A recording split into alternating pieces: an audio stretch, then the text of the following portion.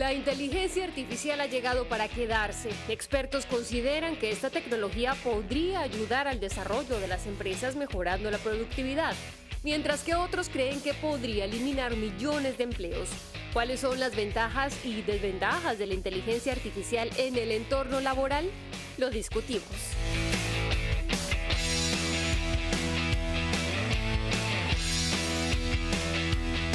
Lo discutimos con el profesor Josep Valor de la Escuela de Negocios de la Universidad de Navarra en España. Profesor Josep, bienvenido. Muchas gracias. Buenas tardes. Y antes de comenzar a hablar específicamente sobre trabajos que se pueden perder o ganar, que espero tocar esos dos planos con usted, me gustaría que nos centráramos en qué tipo de inteligencia artificial es a la que nos vamos a referir, de la inteligencia artificial que hace 60 años se está desarrollando o de la que nos está generando preocupaciones, que es la generativa. No, podemos hablar de la generativa, que es la que está causando furor en estos momentos, ¿no? Que es el tipo ChatGPT o DALL-E, que son la generación de contenidos sin necesitar un experto que la gestione. Creo que esta es la que Perfecto. es. Que es la que justamente un grupo de expertos e incluso Elon Musk, que estuvo ahí firmando esa carta, dijo, vea, vamos a esperarnos 6 meses porque estamos yendo muy rápido con este tipo de inteligencia y nos puede generar problemas. Ahora, hablemos, ¿cuál es su perspectiva sobre este tipo de inteligencia artificial, profesor? Mira, mi opinión es que hay que separar dos cosas aquí. Una cosa es Ujú. lo que la tecnología puede hacer y otra cosa es lo que la tecnología le dejamos hacer, por ley o por regulación o por lo que queramos. Piensa que, por ejemplo, en Estados Unidos y en España en particular, por ejemplo, una enfermera podría sin ningún problema recetar un montón de específicos a pacientes que no tienen efectos secundarios obvios, pero que está prohibido. Podrían perfectamente, pero no les dejan. Yo creo que desde el punto de vista de la tecnología debería pasar lo mismo. Una cosa es lo que se puede hacer, otra cosa es lo que le dejemos hacer a la tecnología. A la Bueno, tecnología tenemos que conseguir que aumente las capacidades de las personas, no que las sustituya completamente. eso sería el ideal, profesor, pero como lo estamos viendo hasta este momento, donde apenas con 6 meses de desarrollo ya estamos viendo lo que estamos viendo y que ya está generando efectos bastante importantes en el mercado laboral, pues hablemos como si se fuese a desarrollar rápidamente, profesor. No sé si está de acuerdo conmigo, según mi perspectiva, creo que uno de los sectores más golpeados son los que trabajan con el lenguaje. He visto, por ejemplo, a locutores que ya han perdido sus empleos porque los que ya no necesitan a humanos que doblen la voz, para eso está la inteligencia artificial, por ejemplo. Escritores, ya un libro no necesita una persona que escriba un libro. Hablemos de este campo en el mercado laboral relacionado con la inteligencia artificial. Correcto. Es verdad que estos efectos se están dando, pero aquí el problema, a mi entender, y a lo mejor soy un poco idealista, es que el problema es que las empresas están intentando sustituir completamente a las personas y ser más eficientes de alguna manera. Y aquí la legislación tiene que entrar. Por ejemplo, imagínese usted dos empresas. Este es un ejemplo que utiliza el profesor Bjorn Holfsson de Stanford. Imagínese dos empresas que generen beneficios de $1 billón. Las dos. Una tenga 10.000 empleados y otra tenga ningún empleado. Dos casos extremos. La primera, la que tiene 100.000 o 10.000 empleados, pagaría impuesto de beneficios de su $1 billón y además pagaría seguridad social los trabajadores, pagaría impuestos sobre la renta de los trabajadores. El Estado ingresaría un montón de dinero. La empresa con 0 trabajadores solo ingresaría la renta el impuesto sobre el beneficio de la empresa. Muchísimo menos dinero.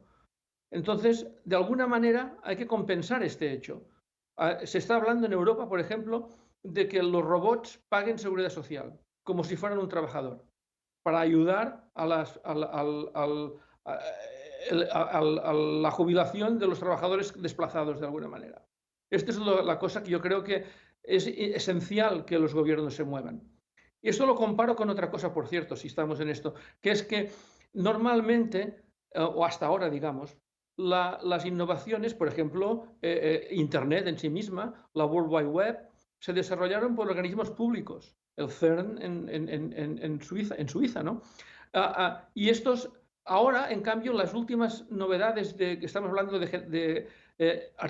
inteligencia artificial generativa son de empresas privadas, a las que es imposible parar los pies de alguna manera.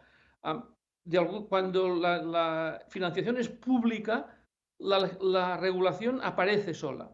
Cuando la innovación es privada, es mucho más complicado.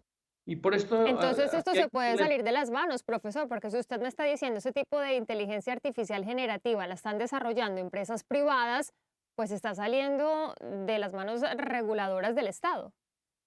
Por eso sería esencial que se tomaran Mm, medidas muy pronto, como está tomando la Comunidad Europea, está haciendo una legislación sobre inteligencia artificial, sobre qué se puede usar y qué no se puede usar. Por ejemplo, no se va a poder poner inteligencia artificial en un juguete para niños. No se va a poder claro. poner inteligencia artificial a un coche que se conduzca solo si no tiene una certificación del 99.99 de seguridad. Ujú. Hay que Profesor, regular este. me gustaría que habláramos sobre los campos laborales bajo amenaza con la inteligencia artificial, pero también me gustaría que habláramos sobre las ventajas, porque por supuesto si una tecnología es bien usada, está regulada por los estados, puede traer beneficios para las personas. Evidente, es evidente. Por ejemplo, hay un estudio muy interesante que se hizo en MIT, en el que miraba la eficiencia de trabajadores, de knowledge workers, ¿no? De trabajadores de conocimiento. Los trabajadores que ya eran muy buenos en su trabajo, usando ChatGPT, por ejemplo, mejoraron un poquito. Los trabajadores que eran a priori peores haciendo ese trabajo, con ChatGPT aumentaron su eficiencia muchísimo. Es decir, la posibilidad de upskilling, la posibilidad de generar conocimiento adicional con estas herramientas es enorme. Lo que pasa es que hay que usarla bien, hay que usarla para complementar el trabajo de la gente, no para sustituirla. Profesor, otra transformación que se podría presentar a futuro es la educación. Es decir, a uno le enseñaban en el colegio español, le enseñaban matemáticas, con esto pues como que algunas materias o incluso carreras comienzan a quedar un poco inservibles frente a los avances de la tecnología. ¿Qué transformación usted, digamos, pronostica desde este momento con la inteligencia artificial?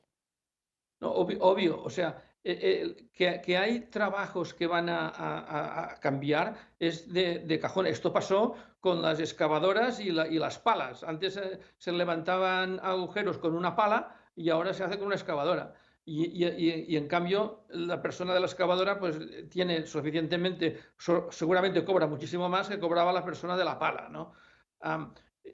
Esto pasará y no hay manera de solucionarlo. Hay que repensar completamente la educación. Hablábamos hace unos días de cómo se pueden hacer las pruebas, los exámenes.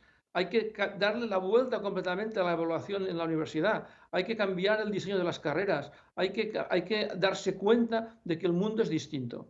Desgraciadamente, muchas de las universidades, espero que la mía no, les cuesta muchísimo darse cuenta de que el mundo está cambiando a una velocidad que requiere un cambio fundamental en el diseño de los programas. Claro que sí, tenemos que adaptarnos, por supuesto, a algo que parece incontenible. La inteligencia artificial ya está entre nosotros, ya está actuando, pero eso sí, profesor, necesita regulación y no solamente por el tema laboral, por el tema de dinero, por el tema de ingresos, sino también por el tema de seguridad, porque hablando justamente con un español hace poco, experto en inteligencia artificial, nos mencionaba sobre armas autónomas manejadas por inteligencia artificial y a ver si los estados le ponen regulación a eso para un futuro. Profesor, muchísimas gracias. Saludos ahí en España. Muchas gracias.